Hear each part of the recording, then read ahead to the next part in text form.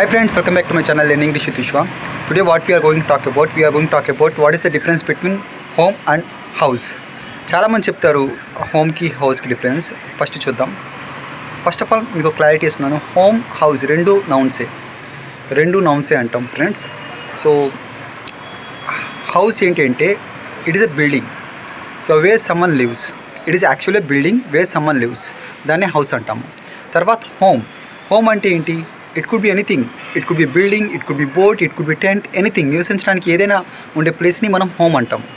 అదే బిల్డింగ్ ఉంటే అంటే వేర్ సమ్మన్ లివ్స్, అది హౌస్ అంటాము. సో వేర్ ఆర్ యూ అంటే ఐఎమ్ ఇన్ ద హౌస్ అంటాం. సో అలాగే ఏమంటాము? ఐఎమ్ ఎట్ మై హోమ్ అని చెప్తాము. ఐఎమ్ ఎట్ మై హోమ్ ఎందుకంటామంటే అది home. It could be anything, building అవ్వచ్చు, టెంట్ అవ్వచ్చు, ఏదైనా అవ్వచ్చు. బోట్, నివసించడానికి ఒక పూరి గుడిసె ఉంటుంది కదా, దాన్ని కూడా హోమ్ అనొచ్చు. అదే హౌస్ అంటే బిల్డింగ్ కన్స్ట్రక్ట్ అయ్యి ఉంటుంది, వే సమ్మన్ లివ్స్, దాన్నే హౌస్ అంటాం. ఇక్కడ వరకు బాగానే చెప్తారు అందరూ, ఇక్కడ వరకు బాగానే ఉంది.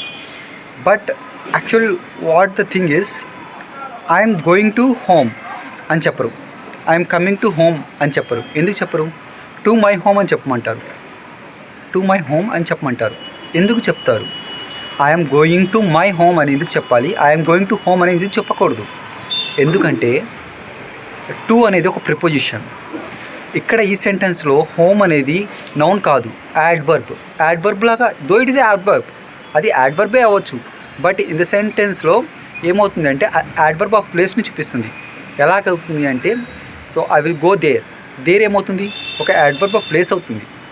ఐ కమ్ హియర్ ఏమవుతుంది? ఒక యాడ్వర్బ్ ఆఫ్ ప్లేస్ అవుతుంది. అలాగే ఈ సెంటెన్స్లో అదేంటిది? హోమ్ అనేది ఐఎమ్ గోయింగ్ టు హోమ్ అనేది ఏమవుతుంది? హోమ్ అనేది ఒక యాడ్వర్బ్ అవుతుంది. సో యాడ్వర్బ్ అనేది ప్రిపోజిషన్ తర్వాత యాడ్వర్బ్ అనేది రాకూడదు. ప్రిపోజిషన్ తర్వాత యాడ్వర్బ్ అనేది రాకూడదు. అందుకని ఐఎమ్ గోయింగ్ టు హోమ్ అని చెప్పరు. యాడ్జెక్టివ్స్ కూడా రాకూడదు ప్రిపోజిషన్ తర్వాత. అందుకని వాళ్ళు ఏం చేశారంటే I'm going to my home అన్నారు. మై అనేది ఏమవుతుంది? ఇక్కడ మై అనేది యాడ్జెక్టివ్ అవుతుంది. మళ్ళీ యాడ్జెక్టివ్ ఎలా పెట్టారు? టు పక్కన. ఓకే, దాని పక్కన ఏముంది చూడండి, హోమ్, మై హోమ్. హోమ్ అనేది ఏమవుతుంది? నౌన్ అవుతుంది.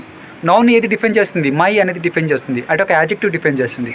ఆ రెండు ఏమవుతుంది? యాడ్జెక్టివ్, హోమ్ రెండు ఏమవుతుంది? నౌన్ ఫ్రేజ్ అవుతుంది. ప్రిపోజిషన్ టు తర్వాత రావచ్చుగా నౌన్ ఫ్రేజ్. నౌన్ కూడా రావచ్చు, నౌన్ రావచ్చు, నౌన్ ఫ్రేజ్ రావచ్చు, జిరెంట్ రావచ్చు, నౌన్ క్లాజ్ రావచ్చు, ఆబ్జెక్టివ్ ప్రొనౌన్ కూడా రావచ్చు. మీరు నా ఆన్లైన్ క్లాసెస్లో ఫాలో అవుతుంటే మీకు అర్థమవుతుంది, మా యూట్యూబ్ ఛానల్ ఫాలో అవుతుంది, మీకు అర్థమవుతుంది ప్రిపోజిషన్ తర్వాత ఏది రావచ్చు. సో ఇప్పుడు ఏమవుతుంది? I'm going to my home అని చెప్పాలి. లేదు అంటే ఐఎమ్ గోయింగ్ హోమ్ అని చెప్పాలి. ఎందుకంటే ద యాడ్వర్బ్ ఆఫ్ ప్లేస్. ఎలా చెప్తాము? ఐ విల్ గో దేర్ ముందు ప్రిపోజిషన్ వస్తుందా? She will come here. To ఎందుకు రావట్లేదు? కమ్ టు హియర్ అని చెప్పము. ఎందుకు చెప్పము? ఎందుకంటే అది ఒక యాడ్వర్బ్ ఆఫ్ ప్లేస్. అలాగే హోము యాడ్వర్బ్ ఆఫ్ ప్లేస్ అవ్వడం వల్ల ప్రిపోజిషన్ టు అనేది యూజ్ చేయట్లేదు మనం. అర్థమవుతుందా ఫ్రెండ్స్?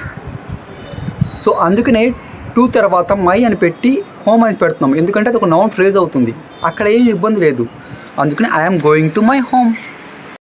సో ఇప్పుడంతా బాగానే ఉంది. సో హోమ్ని ఒకసారి నౌన్ అంటున్నారు, ఒకసారి యాడ్వర్బ్ ఆఫ్ ప్లేస్ అంటున్నారు. సో మీకు ఎలా తెలిసింది ఎప్పుడు యాడ్వర్బ్ ఆఫ్ ప్లేస్ అవుతుంది, ఎప్పుడు నౌన్ అవుతుంది అని చెప్పి మీకు తెలుసుకోవాలనుకున్నారు అనుకోండి, మా ఛానల్ని సబ్స్క్రైబ్ చేయండి. అలాగే ఈ వీడియోని లైక్ చేయండి, కామెంట్ చేయండి. కామెంట్లో మీరు నాకు మెన్షన్ చేస్తే నేను తప్పకుండా చెప్తాను. ఎప్పుడు అది నౌన్ అవుతుందో, ఎప్పుడు యాడ్వర్బ్ ఆఫ్ ప్లేస్ అయిందో నేను తప్పకుండా మీకు చెప్తాను. లైక్ చేసి సబ్స్క్రైబ్ చేయండి, షేర్ చేయండి వీడియోని. Thank you so much friends.